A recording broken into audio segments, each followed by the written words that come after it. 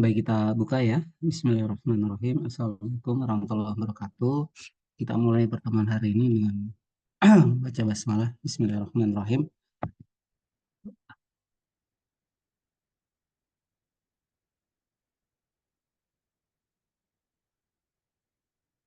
Ya, hari ini kita akan membahas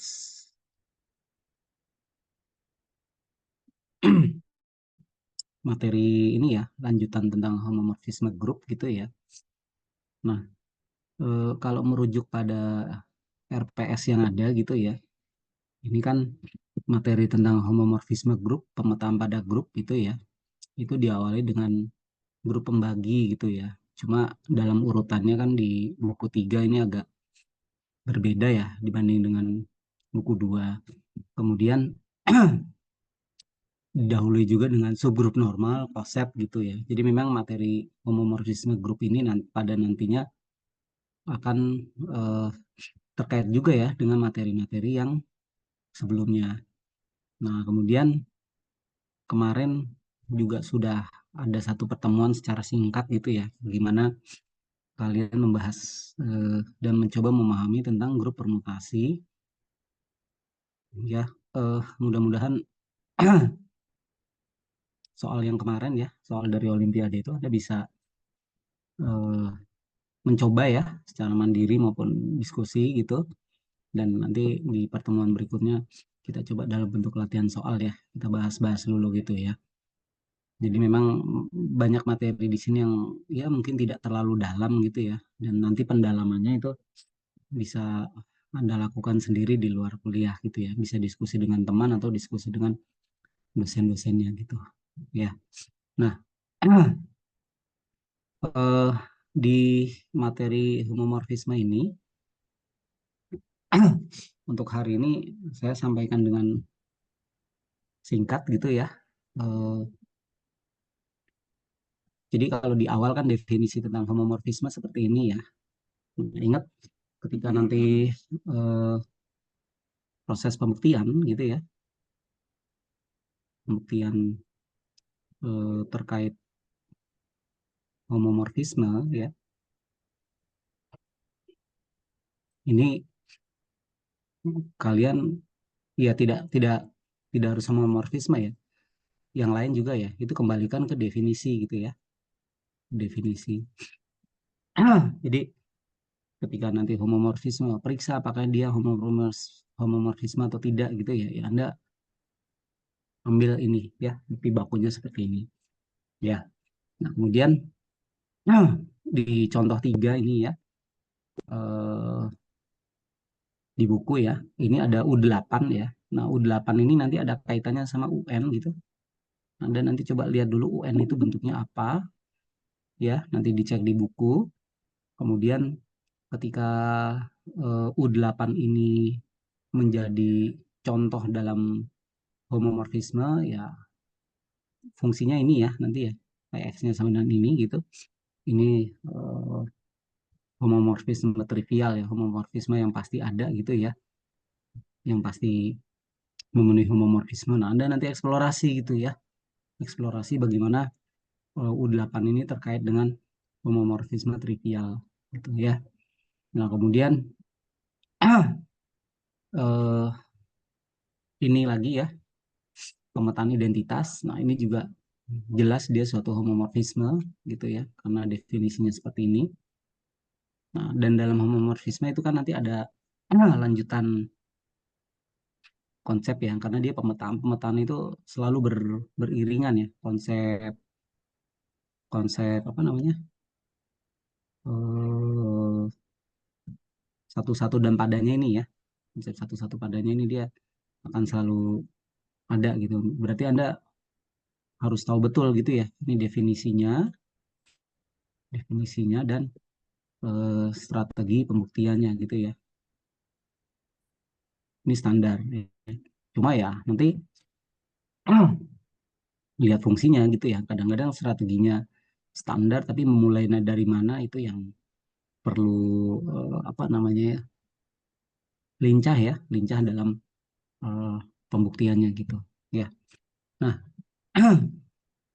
Contohnya ini ya, ada homomorfisme, kemudian ditambah satu-satu. Berarti nanti kalau Anda diminta membuktikan monomorfisme, ya Anda buktikan homomorfisme dan satu-satu.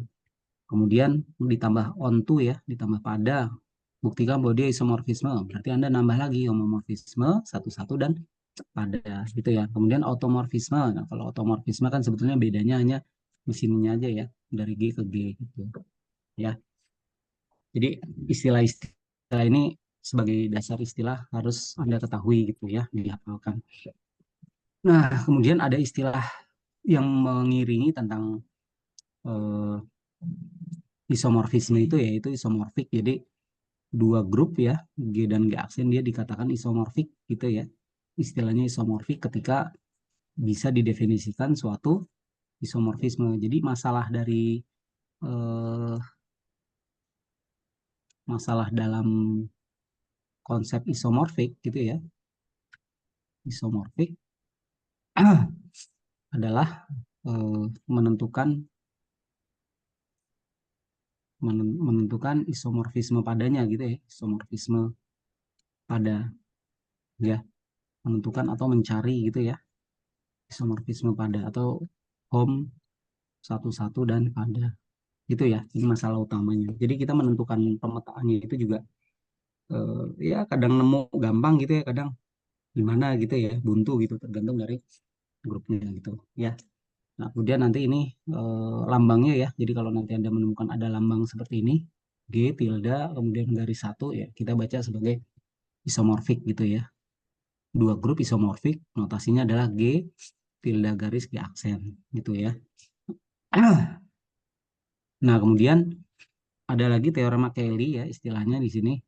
Ini cuma teorema yang menyatakan bahwa setiap grup dia akan isomorfik gitu ya dengan suatu subgrup AS. Untuk S yang bersesuaian, nah S ini nanti itu akan dipilih sama dengan G itu sendiri gitu ya sebetulnya. Nah, AS apa? AS ya yang kita definisikan nah, di awal gitu ya. S ke S dengan syarat F-nya bijeksi gitu ya. Seperti ini. Jadi sama ya. Nah, kemudian di buku ini ada contoh ya, ada contoh pemetaan yang khusus ya. Ini pemetaannya dari G ke G tapi bentuknya ini ya. A inverse XA. Jadi bergantung dari A-nya. Kita pilih. Jadi ada grup sebarang, kemudian dipilih elemennya tertentu, kita pegang tetap, kemudian didefinisikan bentuknya seperti ini ya, pemetaannya. Nah, ini dia akan menjadi isomorfisme. Nah, dalam contoh di buku ini, ya prosesnya sama ya. Buktikan dia home-nya dulu, gitu ya. Kemudian buktikan dia mana di sini, padanya gitu ya. Kemudian dia satu-satu ya. Jadi ada tiga hal gitu ya. Di buku ini sangat singkat ya, sangat singkat, tetapi Anda kalau mau menguraikan lagi sebetulnya bisa menulis ulang ya bagaimana proses pembuktiannya. Contohnya ini, satu-satu itu kan asumsinya apa? Misalkan hasil pemetaannya sama gitu ya. Pi X sama dengan pi Y. Nah, berarti harus disimpulkan X sama dengan Y. Itu selalu sama pembuktian satu-satunya. Atau onto gitu ya, onto. Jadi ambil sebarang elemen di domain gitu ya. Ternyata kita bisa pilih X dalam bentuk tertentu ini ya. Nah, X inverse gitu. Nah, maka dia disebut pemetaan pada. Gitu ya. Nah, ini tambahan pengetahuan saja ya. Pemetaan dengan bentuk seperti ini dia disebut sebagai inner automorphism ya. Jadi automorfisme dalam ya. Automorfisme kan dari G ke G, kemudian dalamnya di sini eh, karena menggunakan elemen A ya, elemen pada G tertentu gitu ya. Ya, yang diinduksi oleh elemen A ini. Itu ya. Oke. Nah, kemudian ada lema ya terkait dengan homomorfisme. Jadi syaratnya ini cukup homomorfisme ya. Syaratnya cukup ini terpenuhi dua hal. Jadi pemetaan dari identitas juga identitas, kemudian pemetaan elemen inverse ini adalah inverse dari hasil pemetaannya gitu ya. Kalau ini A inverse-nya dia ada di G, kalau ini itu ada di G aksen gitu ya. Jadi nanti mendefinisikan elemennya dia ada di mana ya bisa diketahui langsung ya. Ini proses pembuktiannya. Ini sangat singkat gitu ya, sangat singkat, tetapi Anda harus bisa mendapatkan maknanya gitu ya. X sama dengan ini gitu ya, X sama dengan ini. Maka disimpulkan pi S sama dengan ya, aksen gitu ya.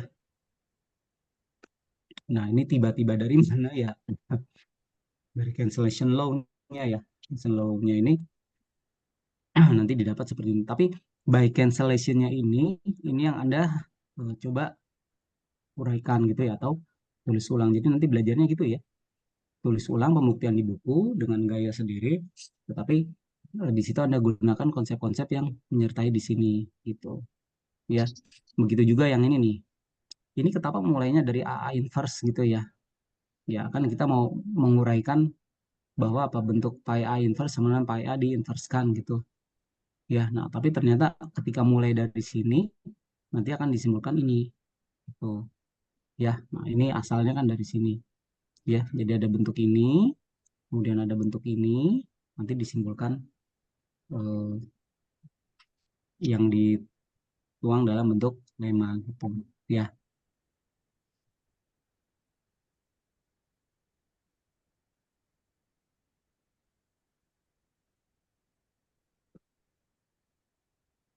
ya mudah-mudahan ini bisa dipahami ya.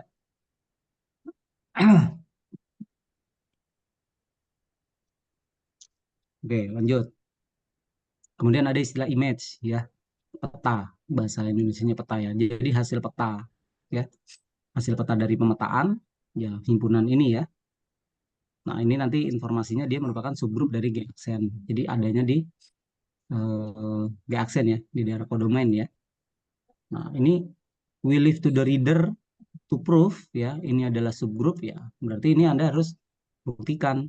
Jadi yang pertama pi G-nya dia tak kosong. Nah, membuktikan tak kosong apa?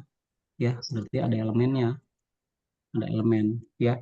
Anda coba masukkan bahwa E-aksen itu ada di mana? Ada di eh, pi G gitu ya. Coba cek nih. Kalau itu bisa, berarti si PyG-nya dia tak kosong. Kemudian PyG-nya ini sub dari ya aksen. Ini jelas ya. Kenapa? Karena semua elemennya eh, ini ya. Pi A pasti akan ada di A gitu ya. Kemudian apa? Tertutup dan inverse ya. Jadi standar saja. Itu ya. Nah, tapi ilustrasinya kira-kira begini ya. Jadi kan kalau ada elemen A di G, maka petanya adalah pi A gitu.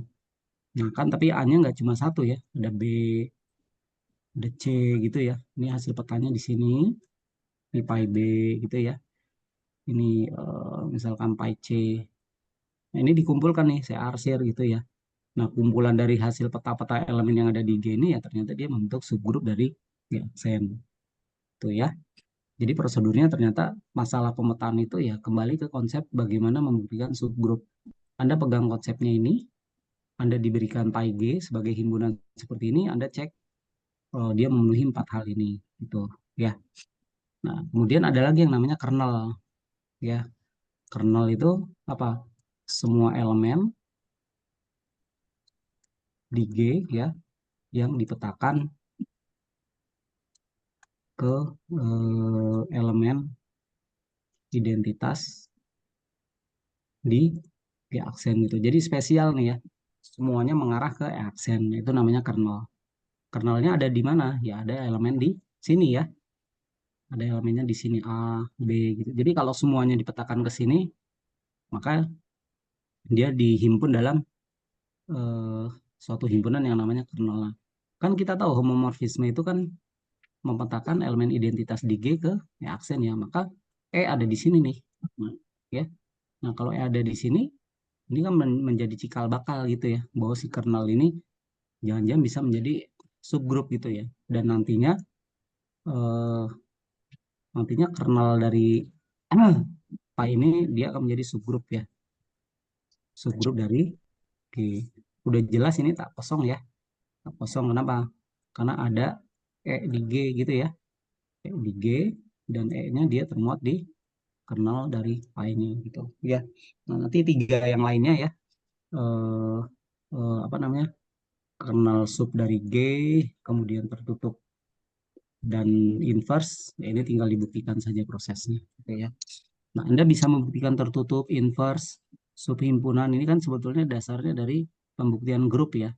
Ketika Anda piawai, terlatih gitu ya, sering mengerjakan soal-soal, intuisi Anda terbentuk gitu. Oh, membuktikan subhimpunan tuh begini, membuktikan tertutup tuh gimana.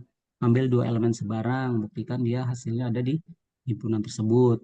Ambil inverse, bentuk inverse-nya dipilih sedemikian rupa, sehingga nanti kalau dioperasikan, hasilnya sama dengan elemen identitas. Gitu ya, prosedurnya kira-kira.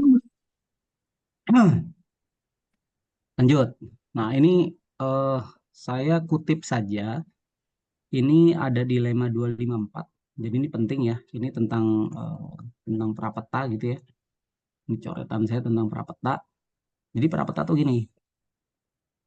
Memandangnya ada elemen W aksen lah ya. Kita kasih tanda aksen untuk mencirikan bahwa elemen ini ada di grup G aksen gitu ya. Jadi ada elemen W aksen gitu. Nah, kita cari mana sih pasangannya yang ada di G gitu. Jadi kita harus cari perapetanya apa gitu ya. Nah, perapetanya ini dihimpun ya dalam bentuk W. W isinya apa? Semua elemen di G yang kalau dipetakan hasilnya sama dengan W aksen ya. Jadi bisa bisa lebih dari satu karena di sini syaratnya kan apa? The lack of satu-satunas gitu ya. Tanpa melihat konsep satu-satunya gitu ya. Jadi kan hasil petanya, maaf hasil perapetanya temennya bisa banyak gitu ya. Nah, tetapi ada konsekuensi ternyata ya ketika kita mendefinisikan W-nya seperti ini dalam bentuk lemma ini ya. Jadi kalau W aksen di G aksen dengan memenuhi ini, maka kita punya ini bentuk himpunan ini bisa kita tulis sebagai kernel pi dari X gitu ya. Kernel ya. Jadi kalau di awal kan kernel itu hasil petanya sama dengan identitas di G aksen. Tapi kalau ini seolah-olah si W aksen itu seperti kernel gitu ya karena dia dituju oleh hasil pemetaan oleh si pi-nya itu ya kira-kira kayak gitu.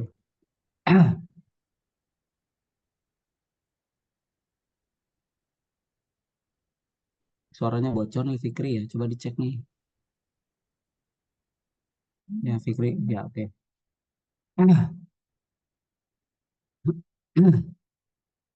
Tapi kalau mau bertanya boleh ya silakan aja kalau dalam penjelasan saya nanti ada yang mau ditanya-tanya. Nah, ada lagi di sini teorema ya. Nah, ini kernel subgrup dari G, buktinya ada dipelajari. Kemudian bentuk yang ini nih bentuk ini juga dipelajari nanti buktinya gitu ya. Cara penulisannya di buku ini ya, maknanya seperti apa ini juga dipelajari. Itu ya. Eh, untuk mempelajarinya gimana ya? Anda bisa menulisnya eh, dengan cara menulis ulang gitu ya. Menulis ulang. Beda sama menerjemahkan ya. Kalau menerjemahkan kan Anda ya sudah. Walaupun hal ini begitu penting, tapi pembuktiannya mudah gitu. Bukan itu ya. Jadi Anda melihat kalau pembuktian subgrup, langkahnya apa? Anda coba pecah bukti tak kosongnya, sub dari G, tertutup ya. Tapi polanya mengikuti yang di sini gitu ya. Ini kan sebetulnya memberikan ide bagaimana pembuktian dari sifat tertutup dan inversnya gitu ya. Kemudian yang bagian B-nya, nah ini kan dari sini nih, mulainya dari sini kan. Nah, ini Anda baca pelan-pelan, tulis. Ketika muncul bentuk yang panjang nih, misal pi inverse KA sama dengan bla bla bla bla bla terus gitu ya, sampai sama-sama dengan ini. Itu tiap-tiap sama dengannya itu Anda kasih keterangan kenapa bisa misalkan dari pi A inverse KA sama dengan tiba-tiba ini gitu ya. Nah, ini kasih keterangan alasannya apa. Ini kasih keterangan alasannya apa. Ini kasih keterangan alasannya apa gitu ya. Itu yang dimaksud menulis ulang ya. Ini kenapa, ini juga kenapa gitu ya. Itu ya. Kemudian ada lagi akibat ya, akibat dari yang tadi, lema tadi ya. Nah, ini penting nih. Jadi kalau kernel isinya cuma elemen identitas, maka pemetaannya adalah pemetaan homomorfisme satu-satu ya. Homomorfisme kan tadi hom dan satu-satu. gitu ya. Elemennya cuma satu. Nah, berarti untuk pembuktiannya Anda buktikan. Misalkan dia satu-satu, apa itu satu-satu? Dua elemen yang berbeda, petanya juga berbeda gitu ya. Coba dari situ Anda bisa nggak dapatkan bukti bahwa hasil kernelnya itu elemennya cuma E gitu ya. Nah, ini proses pembuktiannya pun juga kalau misal nggak dicoba, nggak akan kebayang ya. Ketika dicoba, bisa jadi Anda akan menemukan ini kenapa ya macet nih gitu. Nah, itu penting gitu. Anda harus bisa sampai menemukan di mana macetnya proses saya gitu ya. Kalau itu Anda bisa temukan, ya berarti Anda memang eh, merasakan bahwa konsep yang Anda pelajari selama ini bisa jadi masih belum teruji ya, pemahamannya belum teruji gitu. Tapi dengan mencoba membuktikan, berarti kan pemahaman Anda ini ya, dicek ini gimana caranya memakai konsep-konsep ini gimana caranya gitu ya. Oke, ini dicoba ya, coba secara mandiri ya gitu. Nah, kemudian dalam buku tiga ini di homomorfisme itu dikaitkan juga dengan subgrup normal ya. Walaupun kalau di RPS kan subgrup normal dulu baru homomorfisme, tapi ini nggak apa-apa. Karena memang terkait ya konsep subgrup normal dengan konsep pemetaan gitu. Ya. Nah, ini cuma catatan saja dari saya bahwa menggunakan notasi H, menggunakan notasi N itu di buku disepakati menjadi sesuatu yang berbeda ya. Jadi H itu subgrup biasa, kalau N itu normal gitu aja ya. Nah, ini ada notasi ya. N subgrup normal dari G ya. Ini ditulis N segitiga G gitu ya. Jadi nanti Anda kalau ketemu lambang seperti ini, oh artinya N subgrup normal gitu ya. Nah, ini maknanya ya. Setiap koset kiri sama dengan koset kanan. Udah itu dipegang gitu ya. Tapi nanti dalam pembuktiannya ya kadang-kadang harus diturunkan gitu ya. Subgrup normal. Coba dicek apakah koset kiri sama dengan koset kanan gitu ya. AN sama dengan NA. Ini kan seolah-olah ya. Seolah-olah kan kalau AN sama dengan NA, ini saya kalikan dengan A inverse gitu ya. Ini saya kalikan dengan A inverse, ini akan menjadi N A inverse NA gitu ya. Nah, ini kan artinya N sub dari A inverse NA dan ini A inverse NA sub dari N ya. Nah, ini kan sebetulnya definisi dari subgrup normal gitu ya. Seolah-olah seperti itu ya. Tapi tapi ini bukan pembuktian, ini coretannya ya. Nah, kalau pembuktiannya Anda coba tulis dengan lengkap gitu ya. Bagaimana proses untuk membuktikan teorema 256 ini gitu ya. Oke, yang ini cuma pernyataan bahwa kalau subgrup normal ya G-nya abelian maka setiap subgrupnya normal. Sebaliknya eh, belum tentu benar gitu. Ya, itu aja catatannya. Nah, kalau bisa menemukan contoh ya, contoh ya you can find such a example order 8. Jadi mencari grup dengan order 8 ya. Nah, kalau ketemu grupnya maka dia disebut grup non abeliannya ya. Jadi ada grup non abelian order 8 dan dia disebut sebagai grup Hamiltonian gitu ya. Ada abelian, ada Hamiltonian. Nah, contoh grup order 8 ya bisa dicari di Quaternion of Hamilton. Jadi nanti di chapter 4 section 1 itu nanti ada review saja gitu ya. Nah, ini teorema 261 N normal maka G bagi N. Nah, ini grup pembagi ya. Ada lambang G dibagi N seolah-olah ada himpunan dibagi himpunan. Nah, tapi di sini definisi G bagi N semua himpunan koset kanan ya, koset kanan berbeda. Nah, ini koset kanan, ini kelas ekuivalen. Jadi bisa dipandang sebagai sama gitu ya.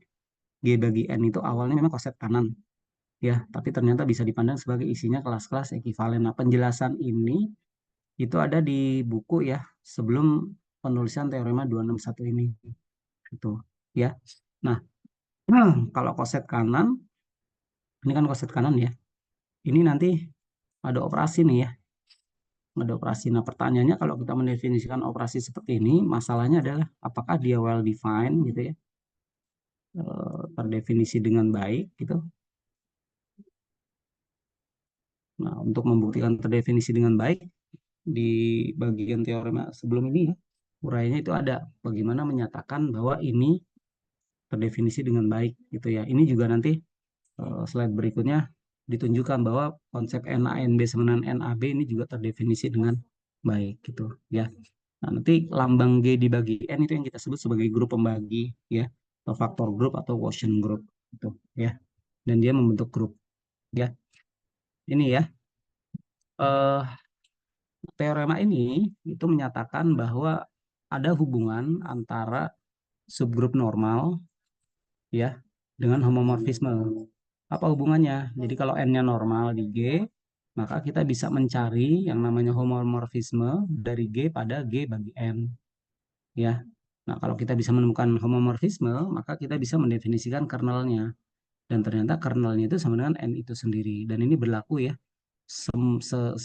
berlaku secara umum ya. Jadi kalau ada grup, ada subgrup normal, maka kita bisa temukan homomorfisme ya dari G ke G bagi N dan kernelnya itu sama dengan N itu sendiri.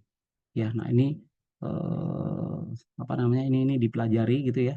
Anda pelajari, dibaca-baca, tulis ulang gitu ya. Masing-masing kalimatnya ini punya makna. Nah, lihat di sini. The most natural mapping ya is the one that does the trick gitu ya. Jadi, nah ini masalahnya kan tadi ketika mencari pemetaan itu kadang-kadang mudah gitu ya, tapi kadang-kadang bisa trik gitu sendiri. Nah, ini triknya nih. Si A sama dengan kuasa ekivalen A. Udah ya, ketika ini kita definisikan ya dan ternyata dia memenuhi homomorfisme pada gitu ya. Ya, berarti ini adalah eh, homomorfisme yang dimaksud gitu ya. Nah, kalimat-kalimat bawahnya ini ya sebetulnya penjelasan lebih lanjut ya untuk menguraikan dia onto gitu ya, kemudian mencari kernelnya gitu ya. Di bagian sini nih saya kasih note eh, kan di sini kernel C sama dengan N. Ini himpunan, ini himpunan. Jadi membuktikan kesamaan dua himpunan. Kalau membuktikan kesamaan dua himpunan ya buktikan dia saling subset. Di buku ini sudah dibuktikan kernel C sub dari N yang belum sebaliknya, which is easy. Katanya easy ya, tapi Anda harus coba nih. Benar nggak easy gitu ya.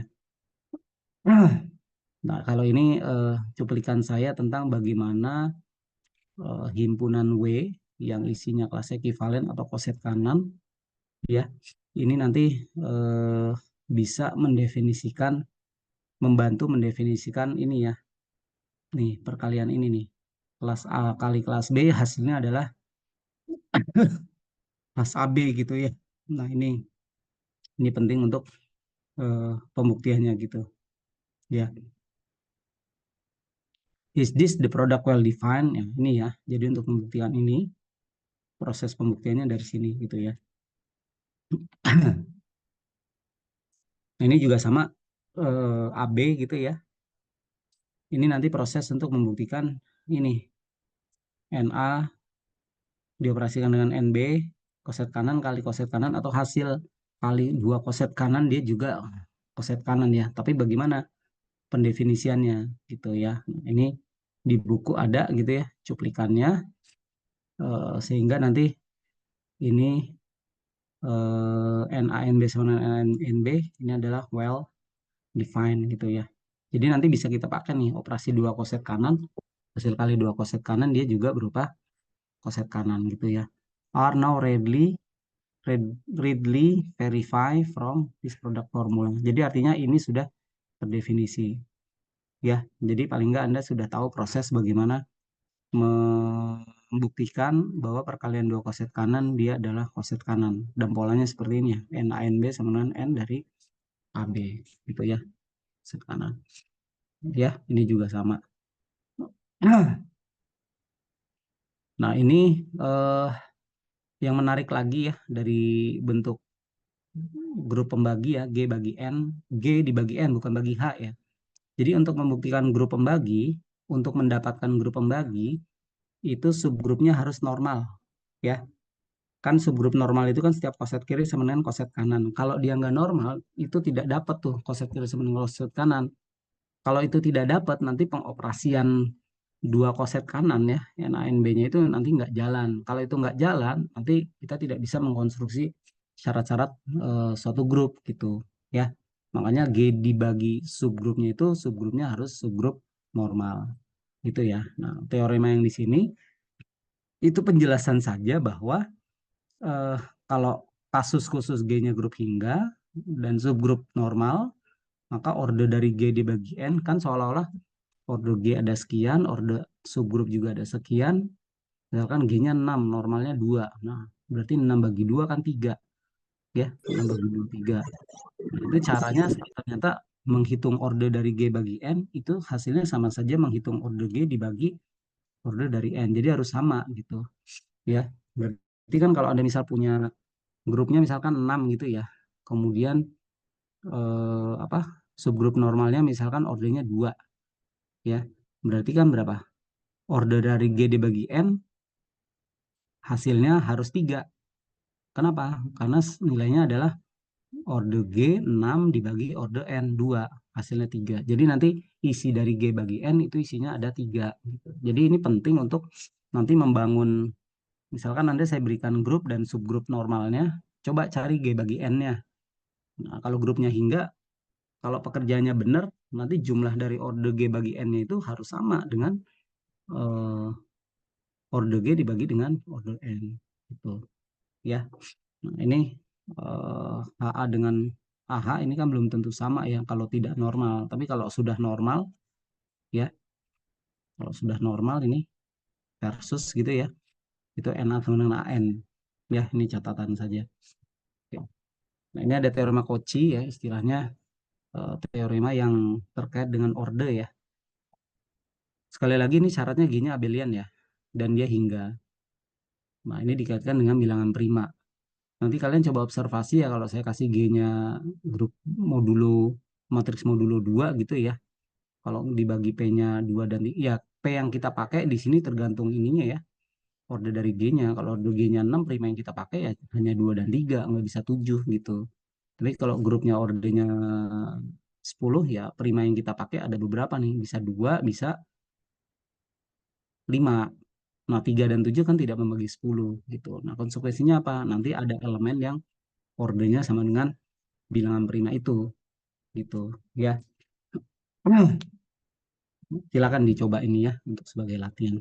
Jadi ditentukan elemen-elemennya. Nah, ini eh, tentang teorema homomorfisme. Jadi homomorfisme yang kita kenal definisinya di awal itu ternyata memiliki berbagai konsekuensi ya terkait dengan grup pembagi, subgrup normal gitu ya. Nah, kita lihat di sini eh G group pi homomorfisme pada gitu ya. Jadi harus ditambah pada dulu. Kemudian K kernel, kita bisa dapatkan informasi lagi bahwa K dia tidak sekedar kernel tapi dia subgrup normal. Kalau dia subgrup normal maka kita bisa definisikan G dibagi K ya. Nah, berarti kita akan mencari nih hubungan antara G aksen sama G bagi K gitu ya. Nah, ternyata di dalam teorema ada ya teoremanya ini. Tapi untuk masuk ke teoremanya ini contoh satu ini sebagai ilustrasi. Ya, ini saya berikan not-not catatan-catatan dalam contoh ini ya. Ketika nanti Anda tulis ulang, Anda harus pahami bahwa G isinya fungsi. Kalau G isinya fungsi, ketika ada dua elemen yang dioperasikan, itu berarti artinya komposisi fungsi. Itu ya, catatannya itu. Nah, nah di sini diberikan satu fakta bahwa apa? Eh, G bagi K dia isomorfik dengan G aksen gitu ya.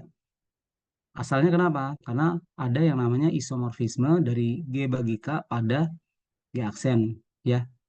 Isomorfisme dia home satu satu ditambah pada satu satu pada satu satu pada. Kita sebut gampangnya bijektif gitu ya. Bijeksi jadi isomorfisme yang bijeksif itu ya. Jadi masalahnya kalau tentang isomorfik ya seperti itu ya. Pemetaan satu satu pada itu ya. Nah, teorema 271 menyatakan ini ya. Apa yang dinyatakan dalam teorema? Kita tulis ya. Yang pertama ada homomorfisme, kemudian pada, kemudian kernel. Maka kita dapatkan eh, grup G aksen dia isomorfik dengan G bagi K gitu ya. Nah, ketika bicara isomorfik, masalahnya adalah mencari pemetaannya. Nah, pada teorema ini pemetaannya diberikan secara eksplisit. Apa pemetaannya? Psi ya. Psi Ka itu sama dengan pi A ya. Nah, berarti untuk membuktikan teorema ini arahnya apa? Ya buktikan si psinya itu dia homomorfisme satu-satu dan pada. Tapi si pi sendiri kan sudah home. Ya sudah, gunakan fakta itu ya untuk menyatakan bahwa psinya adalah home satu-satu dan pada, terbukti teoremanya. Gitu ya.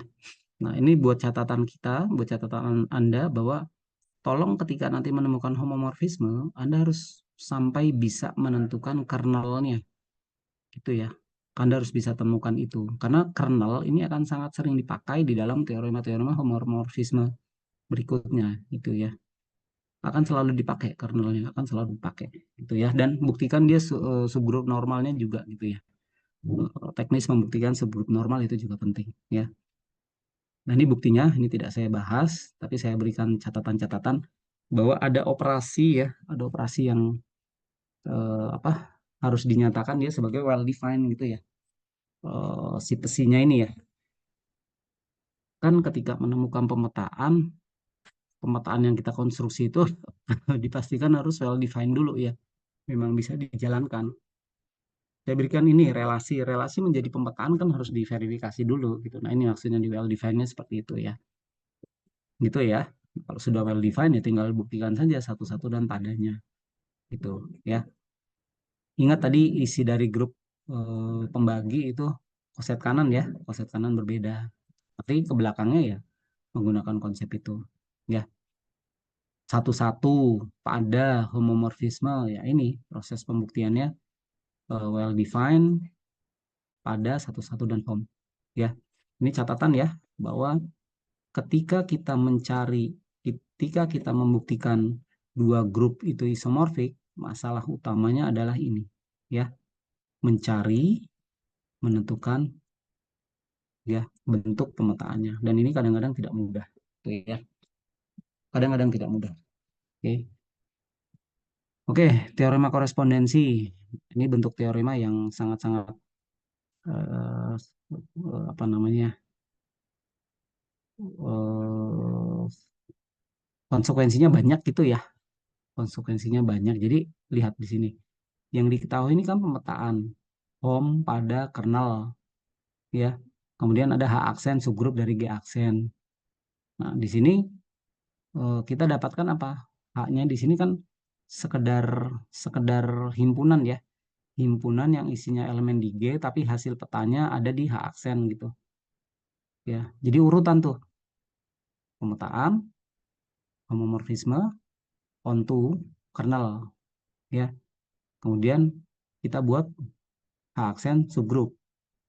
Kemudian kita buat H yang elemennya petanya ada di subgrup itu. Nah, ternyata ternyata awalnya ini belum subgrup ya. Ini awalnya belum subgrup, tapi ternyata dia akan menjadi subgrup.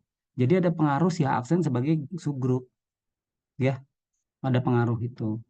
Kemudian H-nya ternyata isinya ya termasuk si kernel gitu. Jadi H yang ada di G itu memuat kernel. Tidak sekedar kan kernel subgrup ya, kernel subgrup. Tapi ternyata ketika kita mendefinisikan H seperti ini, ya, ya ternyata kernel juga masuk di dalam H gitu ya. Dan berikutnya nanti H bagi K, loh kok bisa H bagi K ya? Kan subgrup itu grup ya. Kemudian K termuat di H, maka K juga subgrup dari H. H juga normal. H dipandang sebagai grup. Maka kita bisa definisikan H bagi K, grup pembagi gitu ya. Dan ternyata grup pembagi ini dia isomorfik dengan H aksen. Muncul masalah lagi, pemetaannya bagaimana gitu ya. Kemudian ini ada lagi, kalau H aksen normal di G aksen, maka H juga normal. Jadi mengikuti ya, H itu mengikuti sifat dari H aksen. H aksen subgrup, H juga subgrup. H aksen normal, H juga normal gitu. Ya, nah itu korespondensinya muncul di situ. Nah, ini uraian yang sebelah kanan ini ya, uraian ilustrasi saja gitu ya. Jadi kan muncul ada G aksen, ada H bagi K gitu ya. Ini muncul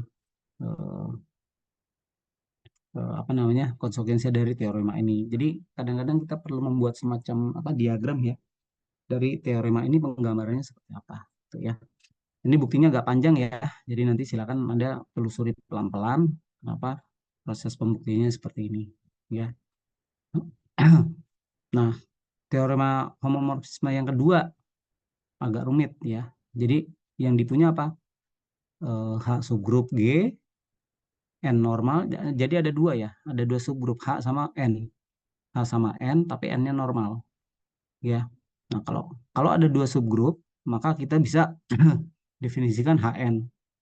HN ternyata kalau awalnya HN kalau kalau sekedar dua subgrup itu dia belum tentu grup, belum tentu ya. Tapi ketika eh, belum tentu subgrup maksudnya. Tapi ketika satu diantaranya dia normal, maka HN ya akan menjadi subgrup gitu, ya. Nah, yang kedua irisannya ternyata dia normal, ya.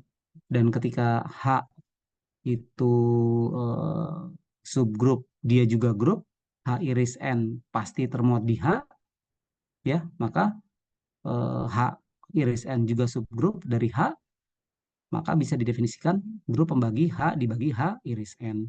Dan dia isomorfik dengan HN dibagi N. Gitu ya. Jadi ada konsistensi, lihat ya di situ ya. H dibagi H iris N isomorfik dengan HN dibagi N. Ya, pembuktiannya nggak ada ya di sini ya, di buku. Lumayan gitu ya. Lumayan nih pembuktiannya. Nah, teorema berikutnya, teorema homomorfisme yang ketiga ini ya. Ini agak banyak juga ya, tapi sebetulnya sama ya. Ada konsistensi di sini. Jadi ada pemetaan homomorfisme pi ya, G ke G aksen pada, ya. Jadi ada dua dua grup, ya. Ada dua grup, kemudian ada pemetaan, ya. Kemudian ada kernel. Nah, tambahin syarat nih, syarat di sini if. Jadi if di sini kalau n aksennya normal bagaimana, gitu ya. N aksen normal gimana? Kemudian n dikonstruksi sama dengan yang ini ya, sama dengan yang eh, ini ya, sekedar H ya. Ini idenya juga pakai teorema korespondensi. Jadi n-nya begitu ya, maka ternyata n-nya juga eh, subgrup gitu ya. Ini ternyata n juga subgrup. Nah, ketika dia subgrup, kita cek dia normal nggak? Oh, ternyata dia normal gitu ya. N yang didefinisikan ini dia juga normal. Nah, ketika itu sudah didapat, maka kita bisa munculkan yang namanya grup pembagi G bagi N. Jadi ada catatan penting ya. Setiap Anda mendefinisi, setiap Anda bisa mendapatkan subgrup normal, maka Anda bisa mendapatkan grup pembaginya G dibagi N, gitu ya. G dibagi N, N-nya normal di G. N aksen normal di G aksen. Maka G aksen bagi N aksen terdefinisi. Nah, ternyata dia isomorfik, gitu ya. Jadi ada grup pembagi, dia saling eh, ini ya berkaitan isomorfik gitu. Ada pemetaan yang bisa didefinisikan di situ, ya. Nah, buktinya gimana? Ya buktinya panjang gitu ya. Lumayan gitu Anda baca pelan-pelan, Anda buat diagram lagi seperti ini. Ada tiga grup yang ternyata saling berhubungan. Jadi grup baru dibentuk dari grup sebelumnya, memanfaatkan kenormalan subgrup gitu ya, dan memunculkan grup pembagi, ya. Nah, materi ini memang agak eh, eh, meninggi ya, karena menggabungkan beberapa konsep gitu ya. Nah, beberapa konsep ini Anda bisa simpulkan tapi secara perlahan-lahan gitu ya. Pelan, pelan, pelan nanti dapat disimpulkan. Gitu ya. Kira-kira seperti itu. Oke, ini silakan dipelajari perlahan-lahan, tulis ulang sekali lagi. Kuncinya adalah Anda menulis ulang, ya. Belajar menulis ulang konsep gitu ya. Kalimat demi kalimatnya Anda pahami sehingga ketika Anda selesai menulis, mudah-mudahan Anda bisa menyimpulkan, oh begini toh maksud dari teorema ini. Gitu, ya.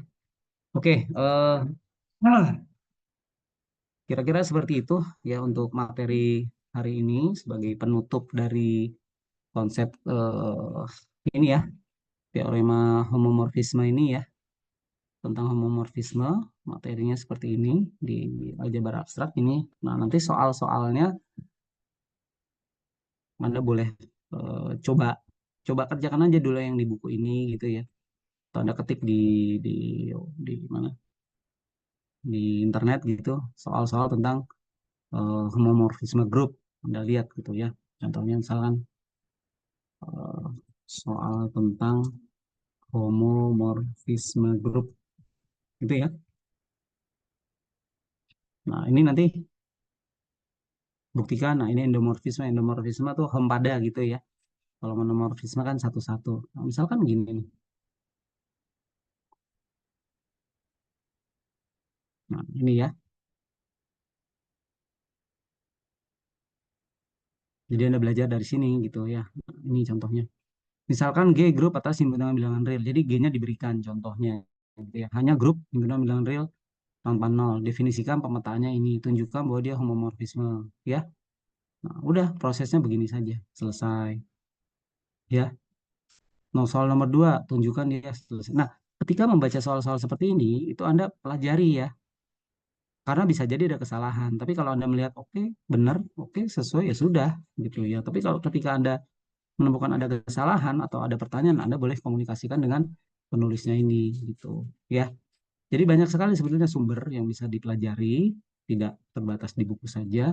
Tapi yang penting adalah bagaimana struktur berpikirnya dan bagaimana kepiawaian Anda dalam menggunakan konsep-konsep dasar yang ada di eh, aljabar abstrak ini gitu ya, apapun soalnya gitu ya, tuh lihat, buktikan bahwa ini isomorfisme, nggak jauh dari prosesnya homomorfisme ya. Dan ingat, ketika homomorfisme itu ya Anda pastikan dulu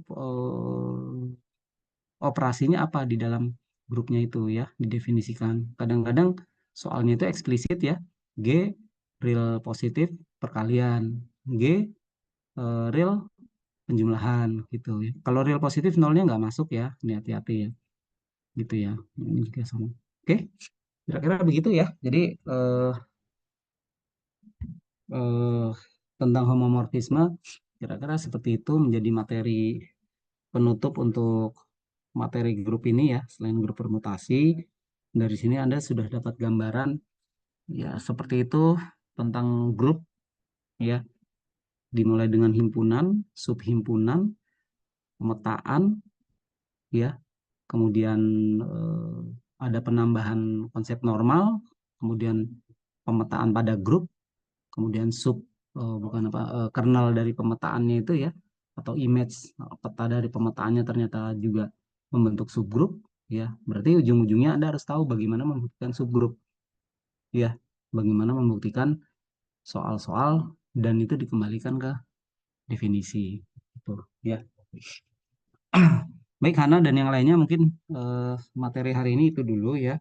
Sisa waktu yang setelah ini Anda silakan berlatih secara mandiri atau diskusi ya. Misalkan ada soal yang tadi itu ya, soal yang tadi saya tunjukkan itu, Anda coba diskusikan di kelas. Ini begini, paham, paham.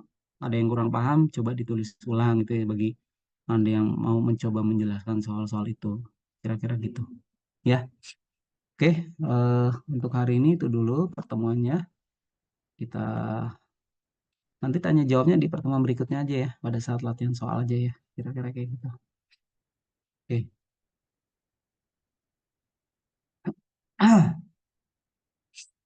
Baik, kita tutup pertemuan hari ini dengan membaca hamdalah. Alhamdulillahirabbil alamin. Terima kasih. Assalamualaikum warahmatullahi wabarakatuh. Waalaikumsalam. Terima kasih, Pak. Waalaikumsalam warahmatullahi Terima kasih, wabarakatuh. Pak. Terima kasih, Pak. Recordnya ditutup duluan.